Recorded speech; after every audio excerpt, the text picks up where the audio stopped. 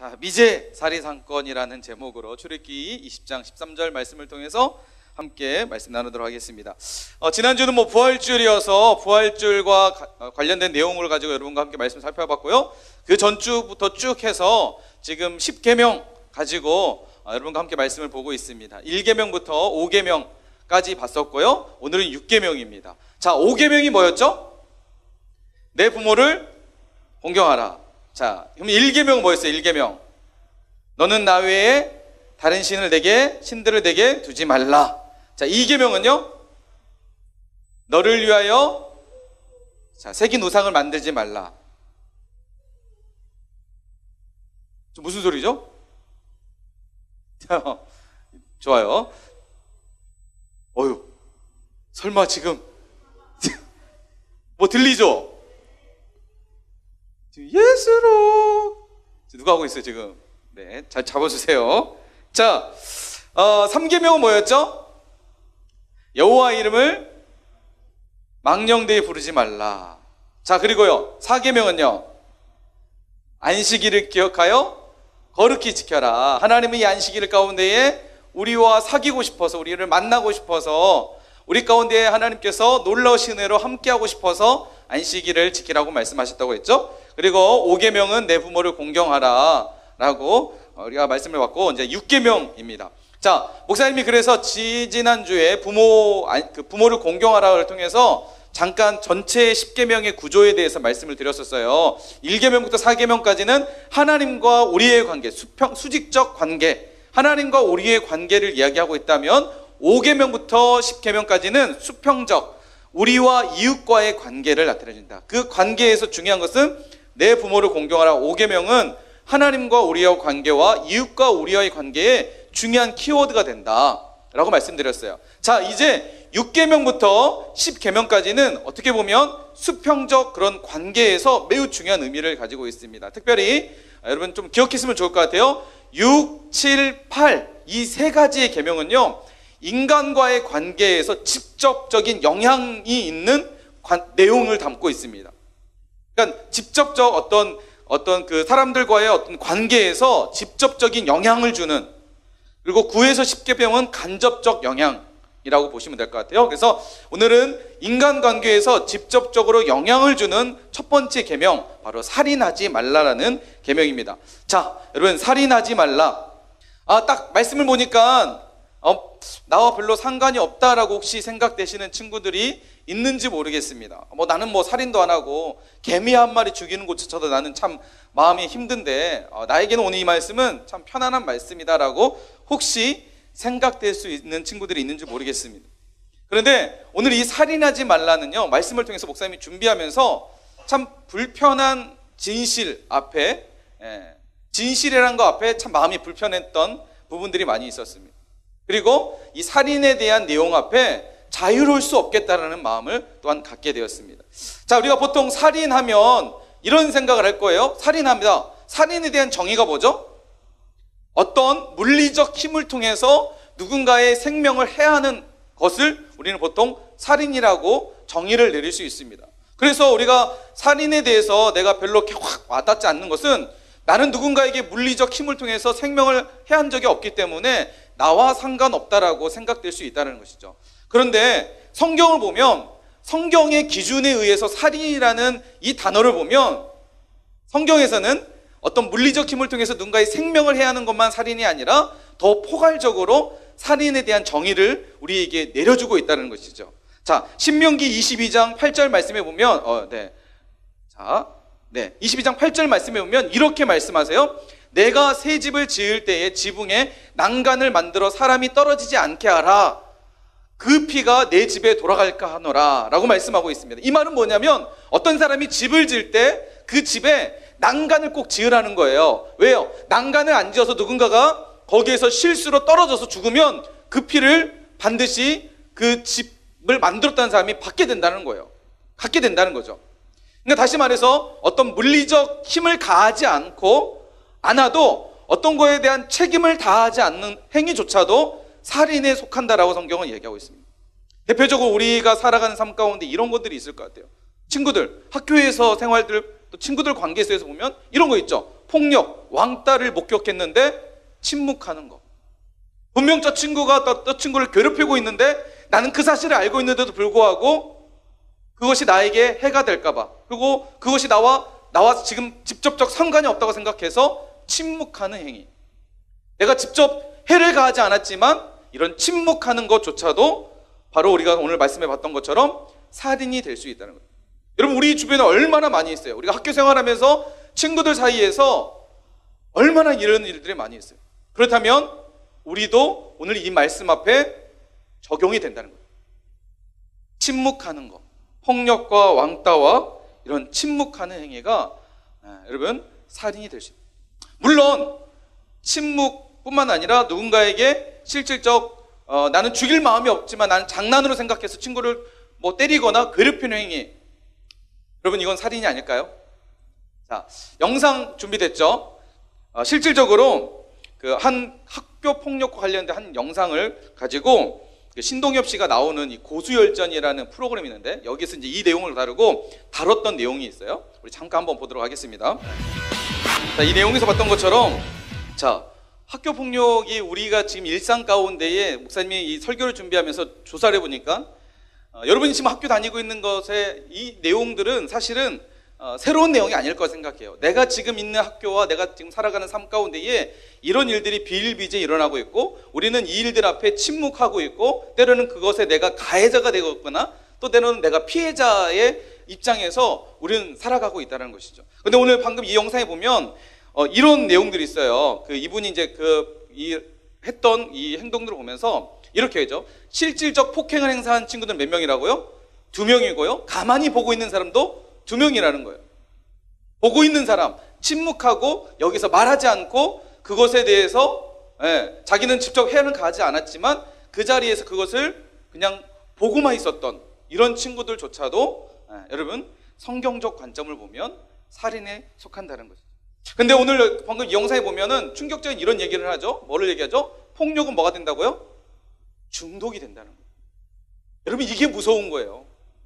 여러분 처음부터 어떤 사람이 누군가에게 힘을 가해서 폭력을 하는 거, 또 처음부터 누군가가 그것을 보면서 침묵하는 거, 침묵을 하는 이유가 뭐죠? 무서우니까. 자기도 혹시 그런 피해자가 될 수 있다는 생각 때문에 침묵을 하는 거예요. 만약 어떤 사람이 그거에 대해서 얘기를 했을 때 자기가 어떤 해를 받게 되면 사람은 점점 더욱더 침묵하게 된다는 거예요. 여기에 대해서 침묵하게 된다는 거예요. 뿐만 아니라 폭력도 마찬가지로 처음부터 어떤 사람을 죽이는 사람은 없습니다. 그냥 아무것도 안 하다가 그냥 죽이는 사람 없어요. 처음부터 어떤 일을 할까요?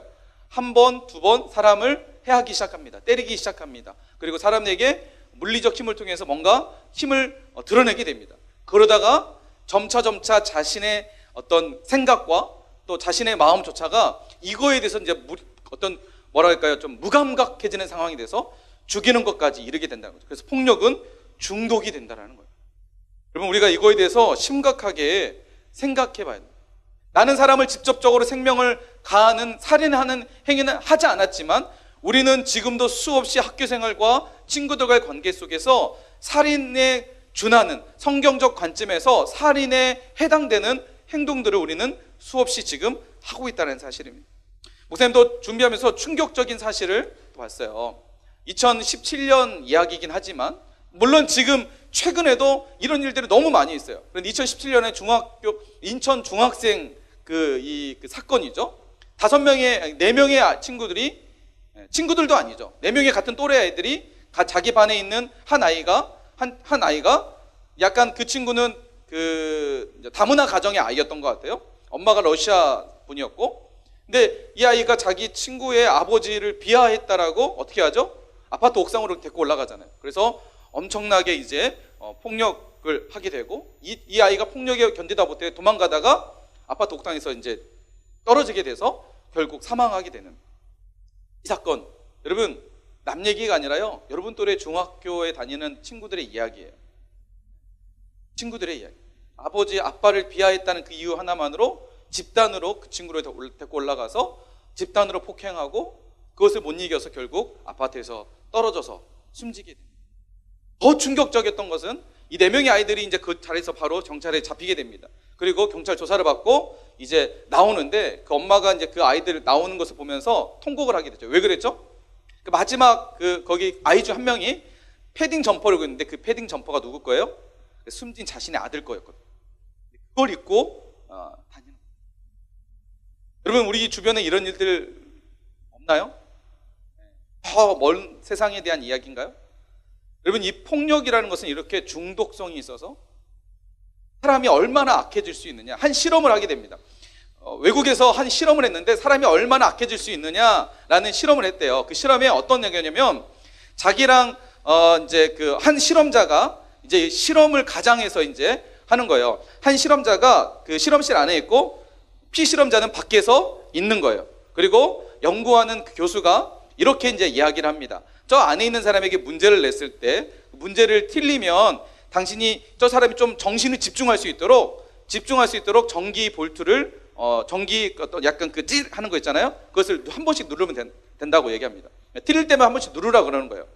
그런데 안에 있는 사람은 물론 전기가 직접 받지는 않는데 누를 때마다 이렇게 찌르 하는 것처럼 이렇게 표현을 하게 했다고 합니다. 여러분, 놀라운 사실은요, 보통 사람이, 여러분, 우리가 집에 있는 전기 볼트가 몇 볼트인 줄 아세요? 220볼트거든요. 혹시 감전돼 본 사람 있어요? 220볼트? 목사님 몇 번 감전돼 봤거든요. 이게 진짜 사람이 생명을 위협할 정도로 딱 전기 220볼트 딱 되면 빡! 그래서 온몸의 모든 어떤 그 세포가, 그 신경이 쫙, 자칫 이게 좀만 오래되면 사람의 생명이 해될 수 있거든요. 죽을 수 있거든요.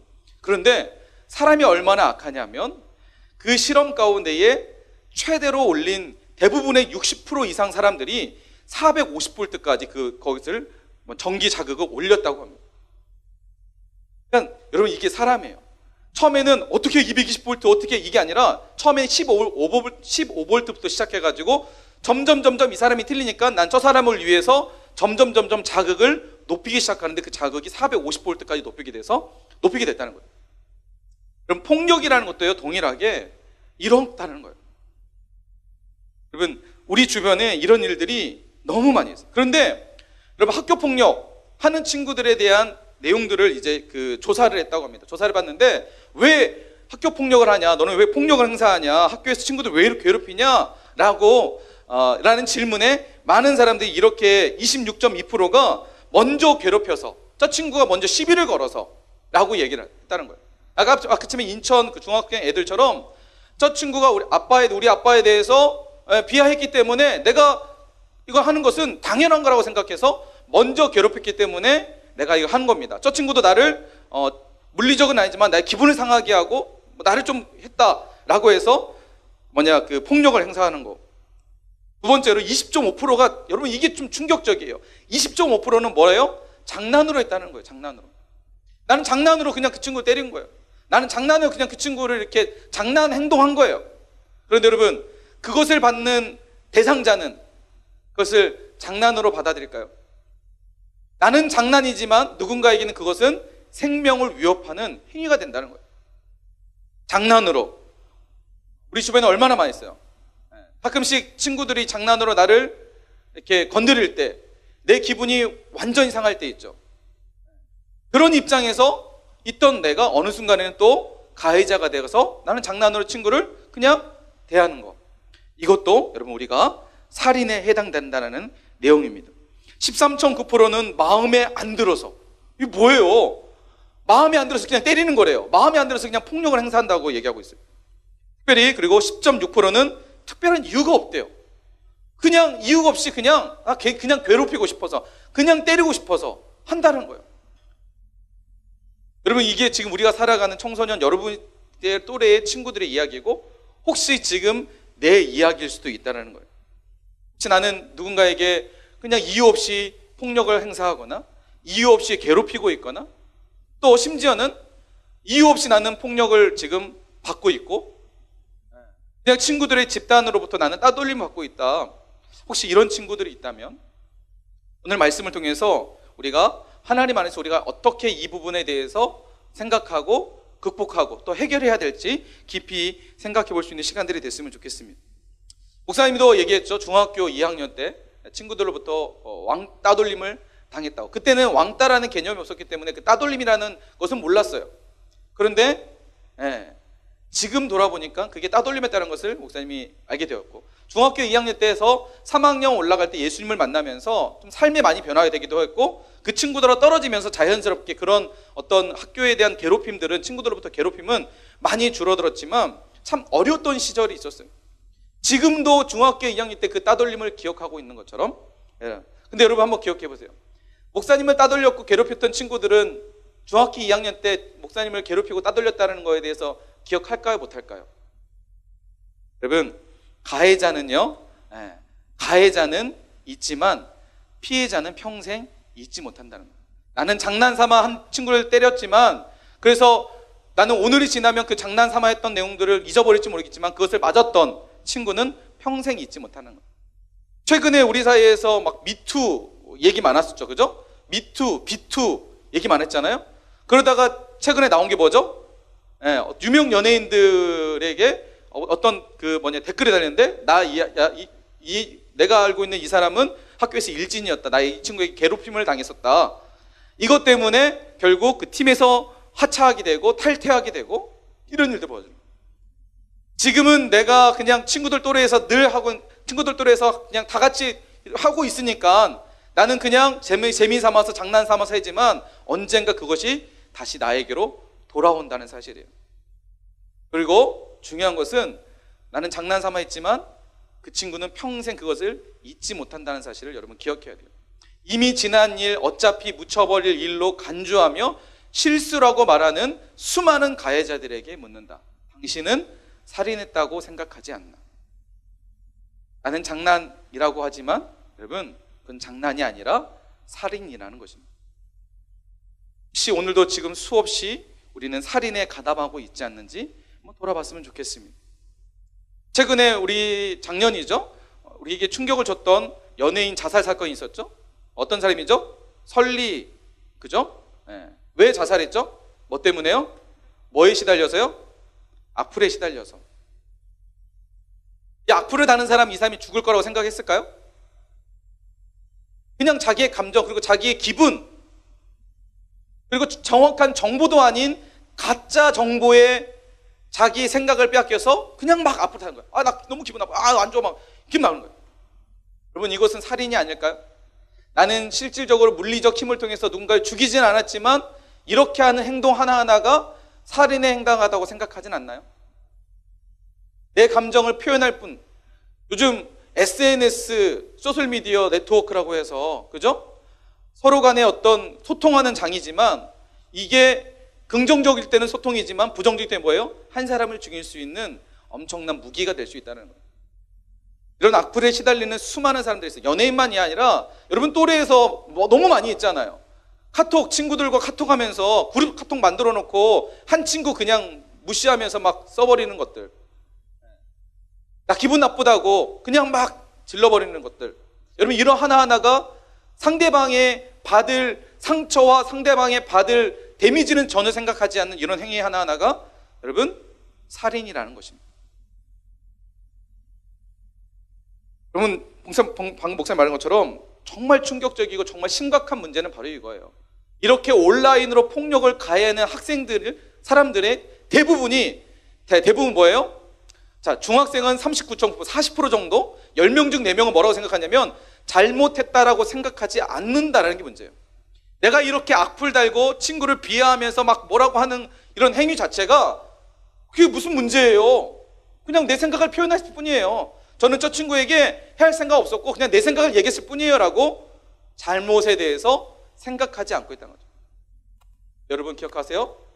이것조차도 살인이라는 거.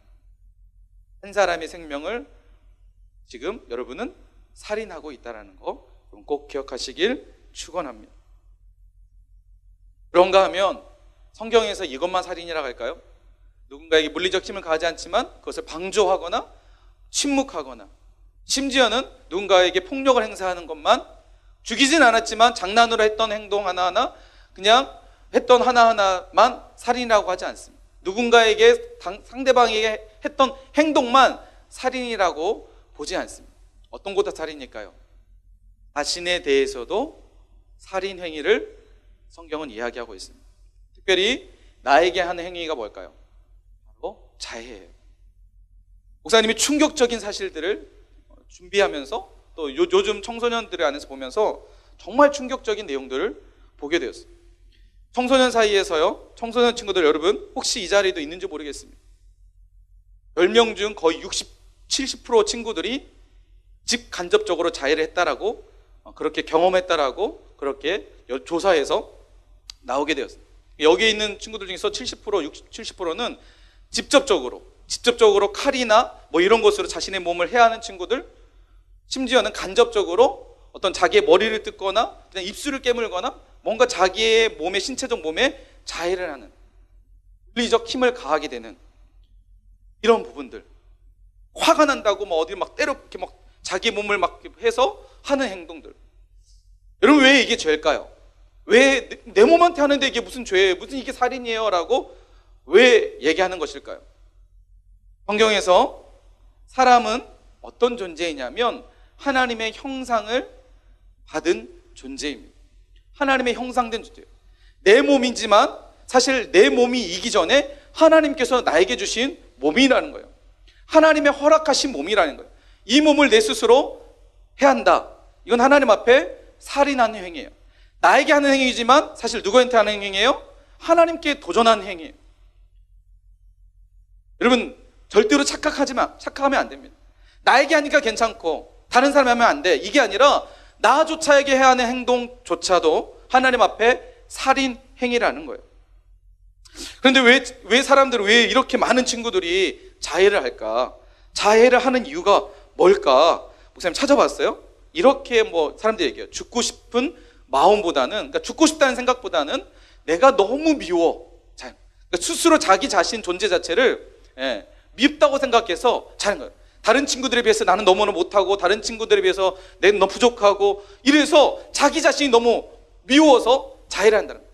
친구들에게 따돌림 받아서 그런 따돌림 때문에 자신 존재 자체가 너무나 초라해 보이고 너무나 이건 아니다 싶어서 스스로 그런 행동을 한다는 거예요. 그래서 많은 자해하는 친구들의 많은 정신적 문제가 뭐였냐면 바로 이 우울감이라는 거예요. 우울감. 그래서 자해하는 이유가 뭐냐? 이 우울감을 해소하기 위해서. 이 우울감이 사람들이 생기면 두 가지가 생긴대요.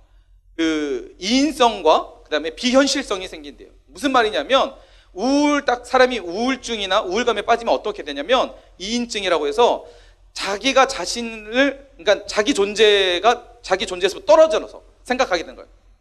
나라는 존재, 몸은 나이지만 정신은 내 밖에서 나를 보고 있는, 나는 있지만 내가 없는 것처럼 느껴진다는 거죠.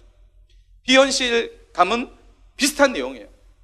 그러니까 나라는 존재를 직접적으로 받아들이지 않고 간접적으로 나를 존재를 받아들입니다. 그런데 자해를 하면 직접적인 어떤 그 고통이 있으니까 자기 존재를 느끼고 이 우울감으로부터 잠시 해소가 되기 때문에 사람들이 이런 것들을 하게 된다는 거예요. 뿐만 아니라 이 우울감에 빠지는 사람들의 대부분, 그리고 이 자해를 하는 사람들의 대부분은 이런 마음이래요. 사실은 자기가 힘들다, 나 아프다, 지금 마음이 너무나 힘들고 고통스럽다, 이것을 간접적으로 표현하는 행위 중에 하나라고 얘기도 합니다. 그런데 여러분 어디까지나 그렇게 하는 행위 자체가 하나님 앞에 살인하는 행위이고 그것은 결코 건강한 방법이 아니에요. 마음과 육신과 몸이 지금 건강하지 못한 상태라는 거예요. 그건 절대로 자기의 몸을 해하는 행위 자체가 하나님 앞에 엄청난 죄이고 그것은 건강하게 자기의 문제를 해결하는 방법이 아니라는 거예요. 우리가 이런 우울감에 오고 내가 지금 마음이 힘들고 친구로부터 괴롭힘을 받아서 너무나 절망적이고 힘들어서 이 상황을 어떻게 할지 모른다고 할 때 이런 방법이 해결책이 아니라 해결책은 먼저는 부모님과 내 가까이 있는 선생님과 또 목사님과 충분히 우리가 많은 이야기 사람들을 통해서 이 문제에 대해서 여러분 우리가 끄집어내서 이야기해야 돼요. 여러분 문제 해결은 스스로 해결할 수 있는 게 아니라 문제는 서로가 함께 고민하고 서로가 함께 이야기를 통해서 충분히 해결할 수 있습니다. 여러분 결코 자해하는 것으로부터 여러분이 이런 문제에 빠지지 않기를 간절히 축원합니다. 그런가 하면 이보다 더 심한 게 바로 자살이라는 거예요. 그런 관점에서 자살도 하나님 앞에 죄가 되는 거예요. 자살은 지금 현실의 상황에 도피하고자 하는 마음에서 사람들이 선택하는 방법 중에 한 가지라고 합니다. 결코 자살은 도피가 아니라 자신의 전 인생과 삶을, 그리고 가족과 친구들과 모든 삶을 망가뜨려 버리는, 자신뿐만 아니라 모든 것이 다 망가뜨려 버리는 가장 하나님 앞에서 하지 말아야 될 행동 중에 한 가지입니다. 따라가는 중등부 여러분, 혹시 여러분은 오늘 이 말씀 앞에 어떤 마음을 갖고 계시나요? 살인하고 있지 않나? 누군가에게 나는 살인하고 있지 않나? 혹시 지금 나에게, 내 자신에게도 나는 살인 행위를 하고 있지 않나? 곰곰이 생각해 봤으면 좋겠습니다. 그런가 하면 마태복음 5장 22절에 예수님께서 이런 말씀을 하세요. 나는 너희에게 이르노니 형제에게 노하는 자마다, 그리고 형제에 대하여 나가라고 하는 자마다 공회에서 잡히게 되고 미련한 놈이라 하는 자는 지옥불에 들어가리라 라고 말씀하고 있습니다. 여러분, 형제에 대해서 노하는 것, 지금 이것은 간접적인 거예요. 누군가에게 내가 힘을 가하거나, 물론 침묵하는 것도 간접적이지만 지금 이 행위는요, 내가 화를 내는 거, 형제에게 화를 내고 나가라는 이 말은요, 미련한 놈이다, 어리석은 놈이다, 바보, 이런 의미거든요. 그 사람의 존재 자체를 비하하는 이야기들, 그리고 미련한 놈이라고. 당시 이 미련한 이스라엘, 당시 이 시대에 미련하다는 이 얘기는요, 엄청난 모욕감을 주는 이야기. 그 사람의 존재 자체와 신앙, 하나님을 향한 신앙을 무시하는 어떤 이런 의미를 갖고 있어요. 그러니까 상대방을 비하하는, 것처럼 악성 댓글을 다는 것처럼 이런 행위들. 특별히 여러분, 이 말은요, 여기서 이야기하는, 목사님 좀 이렇게 정리할 수 있을 것 같아요. 우리의 언어로 하는 행위도 살인이다라는 것입니다. 언어로도 우리는 수없이 누군가에게 살인 행위를 하고 있다는 거예요. 자, 영상 준비됐나요? 영상 하나 더 볼게요. 자, 영상. 이 말에 대해서, 욕에 대해서 영상을 한번 준비했는데 한번 보도록 합시다. 몇 프로가 초등고생이 욕을 한다고요? 여기 있는 친구들 중에서 70%는 아니겠죠. 우리 친구들은 그런 친구들이 아닐 거라고 목사님이 생각을 합니다. 종종 목사님이 우리 목사님 집 앞에 둥근고원이 있는데, 여기서 이제 가끔씩 그 앞을 지나가다 보면 중고등학교에, 특별히 고등학교 친구들이 이렇게 가끔씩, 요즘 이제 코로나 때문에 운동을 못 하니까 또 이번에 둥근고원이 이제 새로 잔디를 갈았거든요. 그러니까 너무 좋으니까 친구들이 막 날마다 와가지고 이제 운동을 하겠더라고요. 근데 그 앞을 지나갈 때마다 너무 막 듣기 거북한 이야기들, 운동하면서 막 무슨 C부터 시작해가지고 막 엄청 욕을, 딱 보면은 딱 어린 아이들인데 그게 너무나 익숙한 거예요. 일상이에요. 대화에서 욕이 빠져버리면 대화가 안 될 정도로, 여러분, 많은 사람들이, 많은 여러분 또래의 친구들이 욕을 합니다. 목사님, 이 이야기가 여러분 생소한 얘기 아니죠?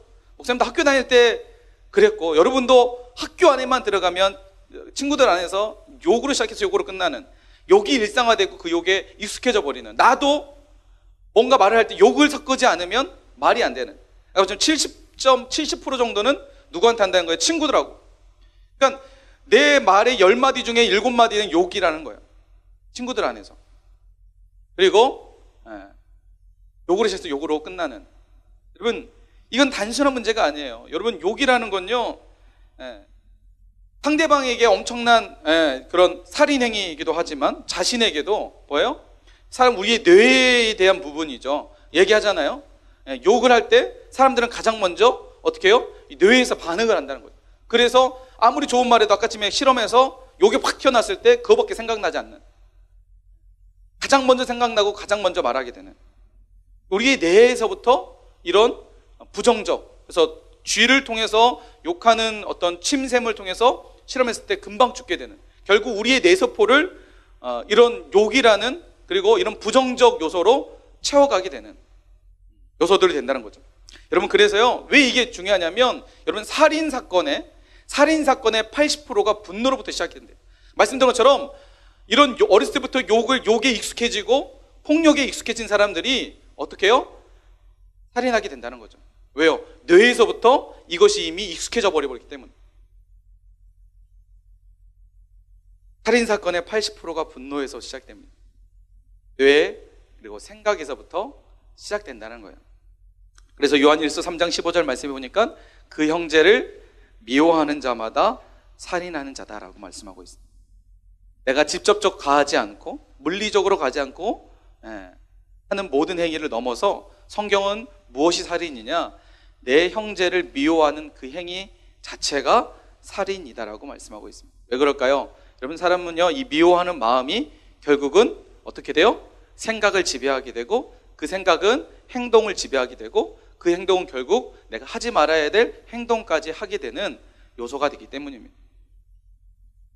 목사님, 이 말씀을 준비하면서 왜 사람들은 살인하게 될까? 왜 사람들은 폭력을 하게 될까? 그 원인에 대해서 조사해보게 되었어요. 근데 많은 학자들이, 많은 또 정신 의사들이 하는 얘기가, 공통적 얘기가 이거예요. 왜 폭력하냐? 왜 살인하냐? 이게 부족하대요. 뭐가 부족하냐면 공감 능력이 부족하대요.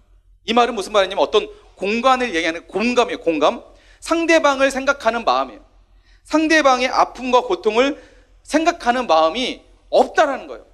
내가 장난으로 했을 때 그것을 상대방이 받을 데미지를 생각한다면 이걸 안 하게 된다는 거죠. 내가 살인하는 행위도 그 사람이 이 살인을 통해서 받게 될 피해와 고통을 내가 전혀 생각하지 않기 때문에 살인하게 된다. 이 공감 능력이 부족하기 때문에 사람들은 살인하고 폭력하고 감정대로 한다는 거죠. 자신에게도 마찬가지입니다. 그래서 그 프린스 드 발이라는, 발음이 좀 잘해야 돼요. 프린스 드발이라는 사람이 이 공감의 3단계에 대해서 이야기해 줬어요. 차이나는 클래스라는 이 프로그램에서 이 사람이 공감의 3단계, 공감이 많은 사람들은 이런 단계를 가진다라고 얘기했어요. 첫 번째 단계는요, 정서적 정서적 전염이라는 단계입니다.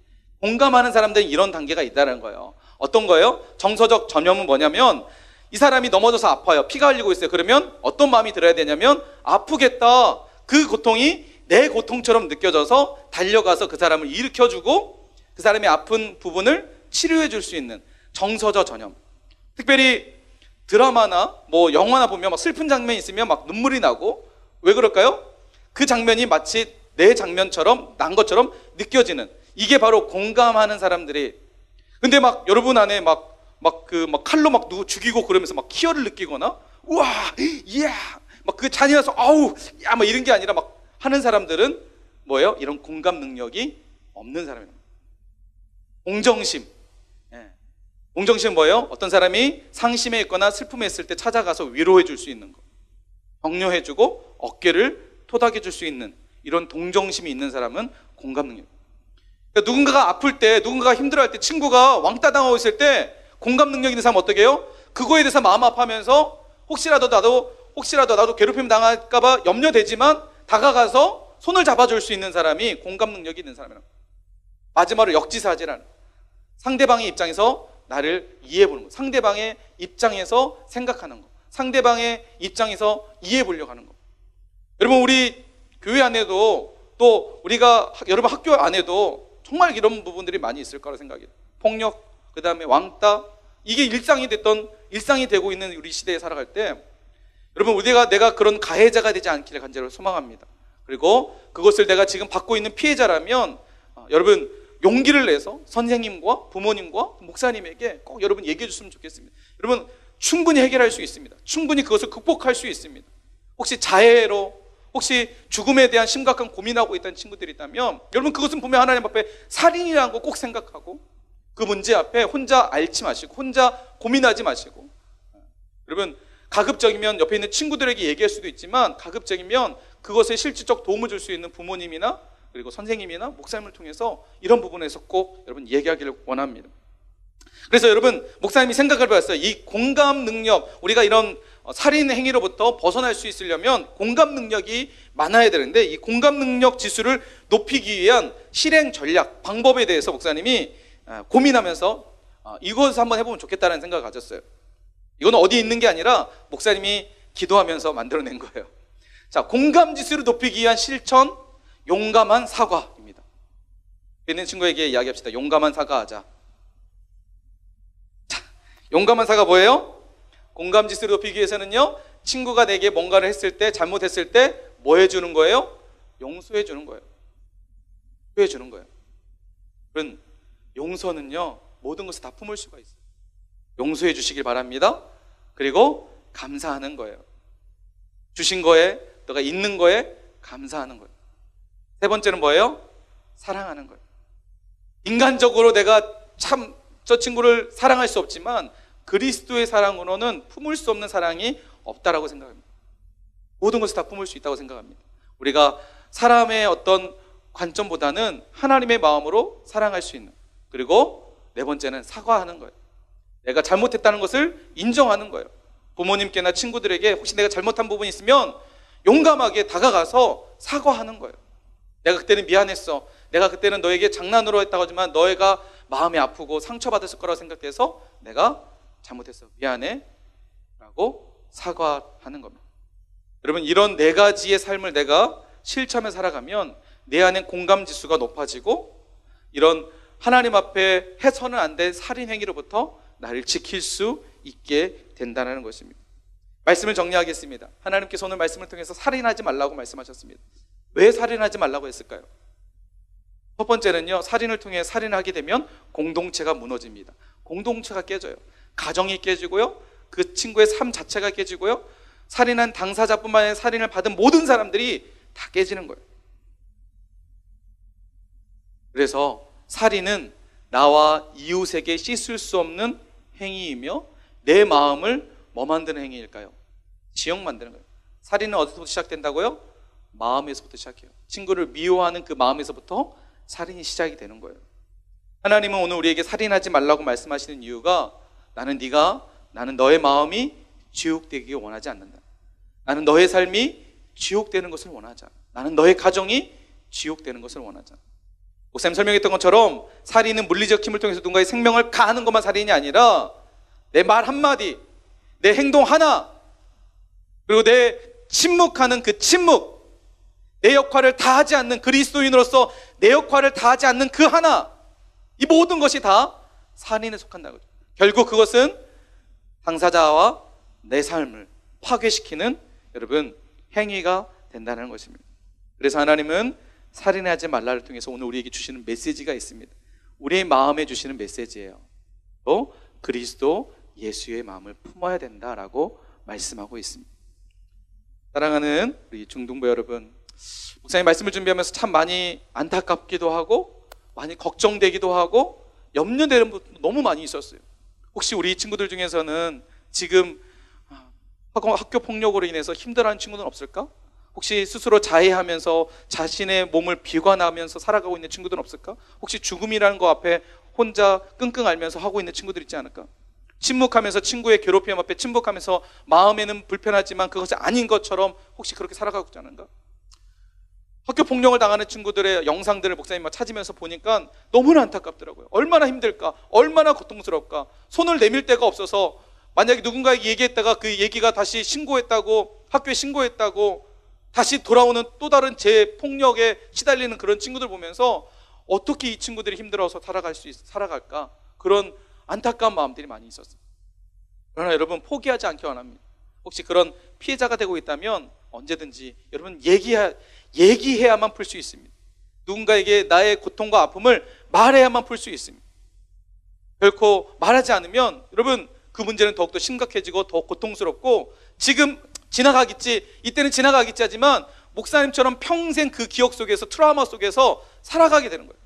그 방법을 부정적 방법으로 해결하지 마시고 그 방법을 긍정적 방법으로 충분히 해결할 수 있는 많은 루트들이 있으니까 여러분 두드리시고 요청하시고 도움을 구하셔서 해결하시길 간절히 축복합니다. 여러분 결코 그 행동에 가해자가 돼서 행동하는 사람이 돼서 살인 행위를 하는 그런 친구들이 이제 되질 않길 간절히 축원합니다.